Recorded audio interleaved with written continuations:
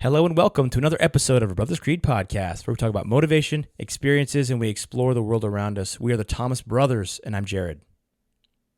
And I'm Ethan. And today we will be talking about the credo, the foundational credo of your personal creed, ambition. Ambition can mean lots of different things. It can be a positive and a negative thing, I'm sure.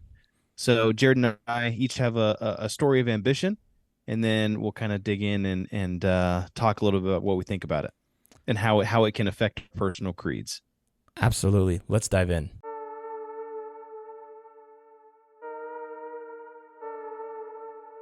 Yeah, I'm thinking I'm back. Most valuable commodity I know of is information. And that, my friends, is called integrity. That's called courage. Now that's the stuff leaders should be made of. Either you're somebody or you're nobody. You're not the devil. You're practice.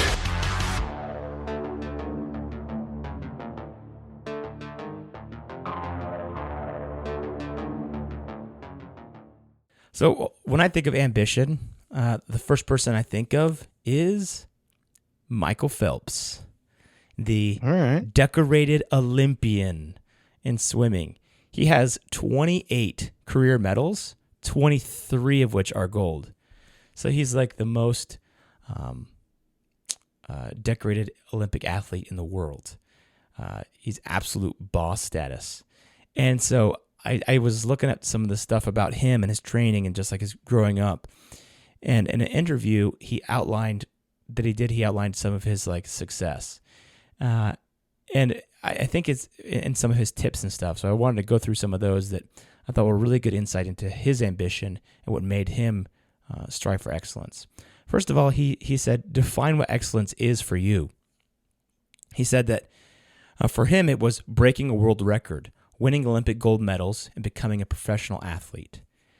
And so as a his coach, who he worked with throughout his career, since when he was young, said that, quote, there were many days when I was walking out of the pool giving him, he said this about his coach.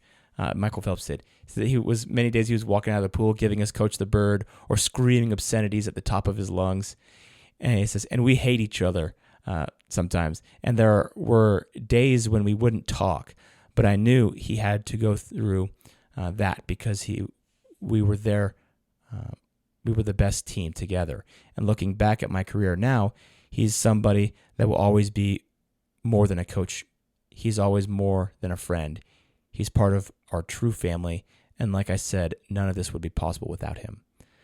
So first of all, that's kind of the principle of accountability and someone to push you beyond your limits. And he said that he found that in his coach, that having that ambition of being an Olympic athlete, winning a gold medal, he was enabled to go that far by having a mentor that pushed him beyond his limits, to the point where he's screaming obscenities and cursing, not even talking to his coach. He's like, I hate you. And he's like, I know, but we got to push it through. And that's how he became the great athlete that he did. Another one here, he said, extreme dedication towards that goal. He said, so I wanted to do something that the sport had never seen, that people had never seen, the globe had never seen. And to be able to have that opportunity, I had to be able to do things differently. I couldn't do it in the same way that everyone had done it before. So for me to go 5 or 6 or 8 years, that meant I had 52 extra days a year, but also in the sport of swimming, if you take 1 day off, it takes you 2 days to get back to where you were. So he says, somebody takes off on a Sunday, they're not back until Tuesday. So they're only getting Tuesday, Wednesday, Thursday, Friday, Saturday, as where I'm getting 6 years straight. So I'm getting that much more ahead of them. I'm getting that much more work in. I'm in better shape. And that's what I had to basically do to set up for '08, he said, which was the '08 Olympics. So he talks about how he went every single day to swim, and he didn't take any breaks. And so that extreme dedication towards that goal kind of reminded me of Michael Jordan, excuse me, Arnold Schwarzenegger. I saw his biopic, and it had, remember he had those pictures of those bodybuilders on his wall that he would look at. Michael Phelps did the same thing. He had pictures of him winning that victory, and he would just visualize that, and that would fuel him to keep going. So love that. Extreme dedication towards the goal, and he created that vision. The next one is grit. He says, I was somebody who was picked on all the time. My teachers in middle school, I was told that I would never amount to anything. My 6th grade English teacher told me that I was picked on and made fun of because I had big ears. I was picked on and made fun of because I shaved my legs and I was a little small. And then he says, so for me, it doesn't matter how hard it is to get there. If you really want something, there shouldn't be a dang thing in the world that would that should stand in your way of your accomplishments and of you accomplishing that goal. And that's the bottom line, he says. And that's the bottom line. He says, because that's how the cookie crumbles. Yeah, exactly. He says, if we put our minds to something, we can accomplish truly everything. Do you think people thought I was absolutely crazy for wanting to win 8? I guarantee you they were. People publicly said it. I didn't care because I wanted it, and I knew it was possible. So a lot of people naysayed him. Oh, man, no one's ever won that many gold medals before. You can't do that. He's like, bro, watch this. And then the last one here is goals. He says, so our motto basically turned into dream, plan, reach. Come up with the dream that you want to accomplish. Figure out how you're going to get there. That's the plan part. And then reach. He put his goals on his wall, and he was just reaching for that every day, being consistent and having that grit. So dream, plan, reach. And that was his formula of doing goals. So if you have that ambition, if you got that dog in you, then use some of this formula here that Michael Phelps talks about. And if you apply like he did, there's nothing that can stop you. Yeah. I like that. It's that dedication. I was listening to, I think it was it might have been Jocko Willink podcast or somebody was talking about motivation. And he's like, man, motivation is crap. He's like, nobody's motivated to get up at 3:00 in the morning and go for a run. Nobody's motivated to do the hard things. He goes, motivation is a bunch of crack. Motivation doesn't do anything for you. He said, discipline is what does it for you. He said, screw motivation. What you need is discipline. Mm-hmm. And that kind of sounded, a lot of like Michael Phelps, right? He's just every single day he's in it. He's disciplined. He's not missing days. He's doing everything he needs to do. And to keep that vision, yeah, he's got, his boards and his goals and his ambition. So yeah. I like that. Yeah. That was great. Well, I'm glad you took a positive spin on ambition because I went the opposite direction. I went the direction of too much ambition and how too much ambition can get you in trouble. So the example I'm going to give is during World War II, Adolf Hitler's decision to launch Operation Barbarossa, which was the invasion of the Soviet Union in 1941. So Hitler, in 1941, he decided to expand his empire to the east because he believed that the Soviet Union would provide huge living space and vast resources to basically fulfill his vision of a greater Reich. And so June of 1941, really, despite having a non-aggression pact with the Soviet Union that the Soviet Union was following, so he wasn't at war on the Eastern Front of Germany. Mm-hmm. and they had a pact of non-aggression. He ordered that his troops invade Soviet territories, and he started one of the largest military campaigns in history into Russia during World War II. So you got to think at the same time too, on the western side of Germany, the Germans are fighting France and England, and they're invading Poland, and they're fighting all of the allies, not yet the United States, on that side. Then he starts a war on the other front. Yeah, and then he got the ambition. He maybe he had too much ambition to say, well, we're on war on the Western Front. Why not attack Russia on the Eastern Front and invade Russia? So Napoleon made the same mistake. Yeah, Napoleon exactly made the same mistake going into Russia with what 350,000 guys, and came back with like 10,000. Yeah, something or maybe like it was that. more. Yeah. So initially the Germans invaded, and they made tons of progress. I mean, they just blew through the western part of Germany. I mean, the western part of Russia. And so there was some. They ran into some logistical challenges, some fierce resistance from the Russians, as well as they ran into the Russian winter, which is one of the harshest, infamous harshest winters that are out there. So Hitler's ambition to conquer this vast Soviet territory really led to the overextension of his forces, which really, that combined with inadequate preparation for this brutal Russian winter, and they really kind of underestimated Russia's resilience and resistance to the German invasion. One thing that Russia had was they had the numbers, man. They had the numbers, and Russia, or Germany, I guess, didn't realize that. They thought that it was just going to be an easy take. So the advance stalled, and Germany suffered massive, massive casualties.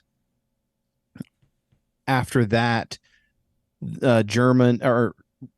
Russia went on the counteroffensive. They started really kind of fighting, and there's the war. I mean, the movie All Quiet on the Western Front, right? That's kind of like a German perspective.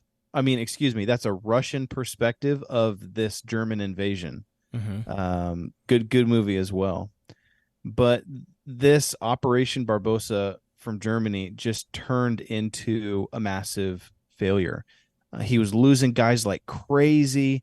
It was sucking resources away from the other fronts that were just causing all kinds of issues. And that, combined with the joining of the United States into the war, it really, I think, and others, right, played a crucial role in the eventual defeat of Nazi Germany. Wasn't All Quiet on the Western Front World War One? I'm pretty sure it was World War One, dude. Maybe that was World War One. Yeah, I think you're right. It was. It's set up during. Yeah, that was World War One. Okay. Yeah, you're right. You're right. Well, same people are fighting. Different war. Yes, that is right. Because I remember there being a lot of trenches, and I don't know if there was tons of trenches in World War II. It wasn't that trenched in warfare like they did. Yeah. So Hitler's overambitiousness in this invasion and Operation Barbarossa into the Soviet Union really shows how dangerous it is to underestimate a challenge that is before you. Now, maybe if Hitler would have maybe done some more investigation, or maybe if he would have maybe done some more research into some historical precedences, like Napoleon trying to do the same thing. Maybe if he would have done some more research into what the winter is like in Russia, then maybe his ambitions would have been more acceptable. Yeah. But I think maybe his overambitiousness and his under preparation really led to failure. And not that it's a bad thing that Nazi Germany failed, right? I think it's a good thing that they spread themselves thin. It's still a lesson in overambition. Yeah. Bit off more than he could chew. What does Dad always say when we're playing Risk? You're spreading yourself thin. Yeah. Right? The Germans, they spread themselves thin. They're burning the candle from both ends. They ran out of oil. Yeah. So that was something that ambition, that immediately when I thought of ambition, I thought of that I think it's a good thing to be ambitious, but you have to be ambitious with a plan.